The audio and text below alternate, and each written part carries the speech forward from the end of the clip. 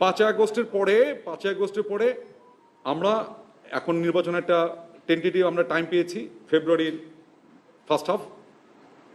সকল মানে জাতির আমার মনে হয় না এমন কেউ আছে যে নির্বাচনমুখী নয়, যে আপনার প্রশ্নই বোঝা গেল যে আমরা সকলেই নির্বাচনমুখী। এই নির্বাচনে সেনাবাহিনীর ভূমিকা অন্য যে কোনো নির্বাচনের সময় যে সাধারণ নির্বাচনে যে সেনাবাহিনীর যে ভূমিকা ছিল তার থেকে অনেক বহুলাংশ বৃদ্ধি পেয়েছে, অনেক বড়। নির্বাচন কন্ডাক্টে আমরা অনেক বড় ভূমিকা রাখবো ইনশাল্লাহ। পলিটিক্যাল পার্টি বলেছে আমি এটা রেসপন্স দিব, এটা আসলে ঠিক হবে না, বাট আমরা সেনাবাহিনী দেশের জন্য, কোনো পলিটিক্যাল পার্টিটার জন্য না। কে কি বললো টললো এটা না। আমাদের দেখবেন অনেক জায়গায় মোটো আছে, আমাদের মোটোতেই লেখা আছে আমরা দেশের তরে, দেশের জন্য যেটা সবচেয়ে ভালো হবে আমরা চেষ্টা করবো আমাদের জীবন দিয়ে হলে এটা করতে। দেশের জন্য যেটা ভালো হবে এটার জন্য আমরা জীবন দিয়ে হলে চেষ্টা করবো।